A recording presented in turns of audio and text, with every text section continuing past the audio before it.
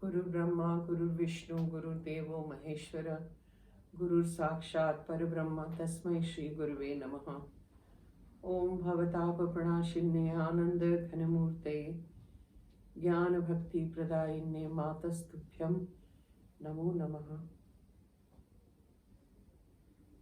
Jai Ma, Jai Ma. I was telling you that Swamiji had asked me to take a room in Bhimpura Ashram. Bhimpura Ashram is in Gujarat. So many years ago, Swami Bhaskaranandji I'm talking about, he left his body in 2010. So this was prior to that. He had asked me to take a room in Bhimpura and he said, you take a room here. It's a lovely ashram. It's right above the Narmada Ji. And we have like so many different species of birds flying over there. Monkeys, you'll find lots of monkeys over there. You'll find snakes. Then there are peacocks over there who come and stand in front of our house and the door and in the field behind. There's a Gaushala there. It's a lovely ashram. It's like a jungle. So I call this place Jungle Mein Mangal. So he had asked me to take a room. There was a building being constructed. It's called Sadhna Kutir. And unfortunately, I did not eventually take the room over there. It wasn't suitable for me and things like that. So I decided not to go for it. Then comes a time after a couple of years that another building was being constructed, over there. So that is called Bhaskaranand Bhavan. So over there, then I was again offered a room and I took 2 rooms and I joined them because it was a very tiny room. So I joined them and I have my little kitchen over there and things like that, So that was later. So Swamiji told me, okay, you take the room. I said, okay, fine. Now that construction was going on and those days Swamiji wasn't keeping very good health. So he would still go around inspecting that everything is fine and things like that. Now at that time there was Swami Parabrahmanandji, Madhuben, who used to come to my house very often and sometimes she would stay here overnight. She was in Mass Seva since a long time. I think in her 20s, mid-20s or something, she was a doctor, practicing doctor. And she claimed to be a Vedantist. So she came first to visit Ma in her mid-20s. And after that, she was with Ma. She quit everything and she was in Mass Seva. But she was a wandering sadhu, in a sense. She would not be stationed in one place. She was everywhere, sometimes in Ahmedabad, sometimes in Bombay, sometimes in Delhi, sometimes in Haridwar, God knows where all she used to wander. Now, she became quite close to me and we were fond of each other. And she one day told me that when I die, and being a sadhu, you do not cremate a sadhu. It is always Jal Samadhi. So she said, you will do my Jal Samadhi, means dropping the body in the river. Now, how is that done? Now, supposing somebody knows prior to somebody's death that, this person is going to leave the body, this Mahatma or this Sadhu, they prepare a wooden box. That's how the Jal Samadhi is done, which I'm trying to explain. And the people who know, they know, but the ones who do not know, I'm trying to tell them. It's a wooden box that is prepared and there are holes on all the sides, of that wooden box. It's a huge box on which when the sadhu, the Mahatma, they die, they leave the body, they are made to sit on that wooden box in Padmasana, just fold the legs, their legs are folded and they're tied up to this body, to this box. Then they are taken in the mid-river stream, in a boat, they are taken where there's maximum water in the river and it has to be a holy river like Narmada, Yamuna, Ganga, Godavari, anywhere, So they are taken there in a boat and in midstream they are toppled over. That whole box is toppled over in the water. So what happens because of those holes in the box, the water goes in the box and pulls the body down. Otherwise the body will be floating. It won't go right inside. That's the idea of making the box and making the Mahatma sit on it. Now, supposing, there is no preparation and the Mahatma, the sadhu just goes away, then what do? They are made to lie down. All the rituals are done when they leave the body. And then huge rocks they bring, huge rocks, which are placed on the chest, tummy, legs, everywhere, and tied up with a rope very tightly on the body. And then they are taken in that posture, like a shavasana, into the boat, and midstream they are toppled over. So because of the weight of the rocks, the body is pulled inside. That is Jal Samadhi. So now here Madhuben, I will call her address as Madhuben, not Swami Parabrahmanand, because I used to call her Madhuben.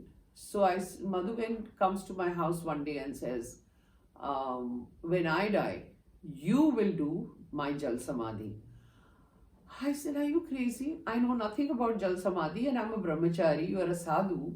Now you are telling me to do things which are impossible because firstly, I don't know what to do, and secondly, how do I know where you are? Because you're wandering all over the world. I don't know where all you keep going. So she says, no, I've told you what I've told you and you'll have to do it. Finished. Chapter over. I said, let her say whatever she wants to say. We'll see when the time comes. And see how Ma arranges everything. Again. You see, Madhuben, whenever she thought of something, Ma's khayal was totally on Madhuben. Constantly Ma used to do whatever Madhuben thought and wanted, that was happening for her. So here comes the time when this room that I had taken in Bhaskaranand Bhavan was being constructed. So I used to go very often to the ashram to check on what they were doing, So I think it was the month of January or something. And no, it wasn't January. I don't remember actually the month. And I had gone to Bhimpura to check on this kutia, on this room that I had. And I'm over there and I'm sitting in the president's room that time. Now he's no more, his wife is also no more. So I was sitting in the president's room and we were chatting up. And there comes a phone call. And that phone call told the president of the Bhimpura ashram that your sannyasi, your sadhu from your ashram, Swami Parabrahmanand, has passed away. I was in a state of shock. I said, what? And she was to come to my place after a month or so. She had called me up and she was in Ahmedabad.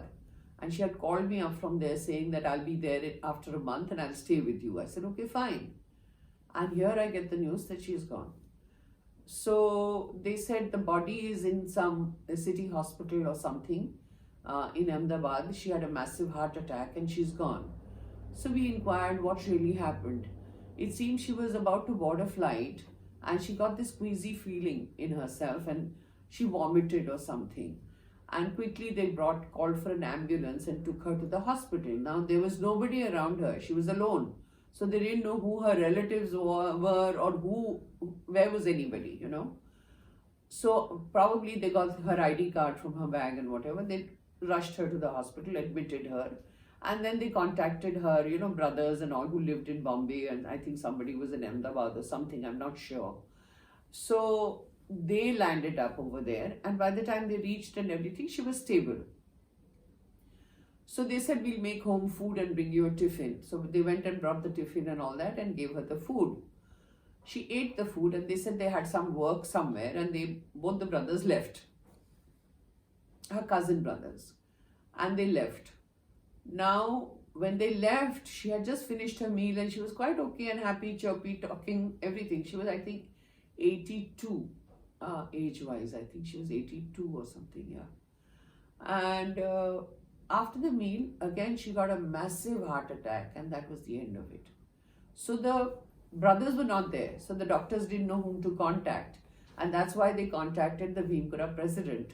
And they got her information from the card that she was from Anandmayi Ashram and whatever. So they contacted. Now the president tells me this is what has happened. And I said, oh my God. So he says now everything, her rituals and everything has to be done. So we'll have to tell them to bring her in an ambulance. And I said, yes. Then I quietly told him this was her wish, that I should do the Jal Samadhis. And of course you have to do it, If she said so, you have to do it. I said, Well, I'll do it. Now there is a ghat in Chanod, it's called Chanod, which is about 1 kilometer from Bhimpura Ashram, where all the sadhus are immersed in water, in the jal. What jal is water? In the river. So by the time the ambulance came and all that, it was pretty late in the night. It was quite dark and everything. But we had arranged things for her in Chanod because we got a Pandit, a Brahmin, who was ready with everything. And he had got these huge rocks and everything was there because the box wasn't made for her. So we all went there in 2-3 cars. There was Swami Nirgunanandji, Swami Parameshwaranandji. So I had asked Parameshwaranandji, I said, Swamiji, he's a very senior sadhu and amazing sadhu, amazing Mahatma.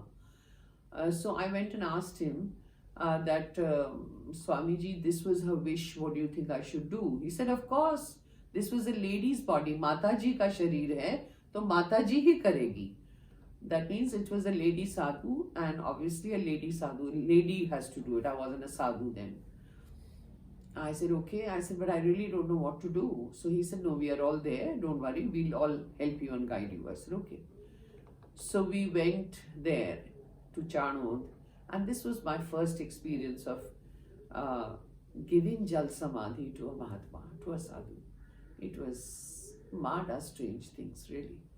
The whole vidhi was done, the ritual was done where the Pandit was chanting the mantras and everything, and I had to do the parikrama of the body, and which I did. And then her brothers were there, so the rocks were tied on her and all that, and then she was taken in the boat. And I told the brothers to take her midstream and then just topple her over, and we were standing there till this whole thing was over. Now this was Madhuben, which I really sometimes miss her, because she was a very strong force in the sense she was a tough sadhu. She was a tough woman. She could do any job that 2 men could not do. She was that tough, So that time, I'm talking about now before that, when my kutia was being made, the construction. So I used to tell Madhuben, we were in Bombay at that time. I said, Madhuben, I need to get some furniture for that place, so where do we go? She says, oh, let's go. We'll go and select all your furniture and all that. And fantastic, now you have a place in Bhimpura, so it's my home also, I can stay there. So only sadhus can stay in that kutia, no householder can stay in my place. So it's very private, basically. So I said yes, and we went to pick up all this furniture, and there were tables and chairs and all kinds of things we bought. Now there was no staff, they were running short of staff who could bring it down and put it in. We had gone in a taxi, so bring it down to a taxi. So she said, don't worry, I'll pick up everything. She was so strong. She picked up all the tables and chairs and she said, you get aside, I'll do everything. And she brought everything down, gave it to the taxi fellow, helped him put it on the carrier on the taxi. I mean, she was something else, So she was a tough cookie. So that was the Bhimpura incident that I remembered, that, she had helped me a lot. And actually when the whole thing was done, she was not there. Now see, she had a wish, and she had told me that the Jal Samadhi should be done by me. And I was thinking, how is it going to be possible? But see how Ma arranged everything so that I would be in Bhimpura and she would be in Ahmedabad. And so it is very close. Otherwise, if she was in Ahmedabad and I was in Bombay or something like that, it would have been very difficult for me to go on time, I would have probably been able to go the next day or something. This was just right there. So it happened that very day. And this is how Ma arranges everything. If you really have that strong connect with Ma, that is what is important, which I'm constantly saying. So now I will continue in the next episode about Swamiji telling me to make this kutia, which I was constructing, and Swamiji felt very ill that time, and what happened. Jai Ma, thank you. Om Bhavatapa Pranashinne Ananda Ghanamurtaye Jnana Bhakti Pradayinne Matastubhyam Namo Namaha. Jai Ma.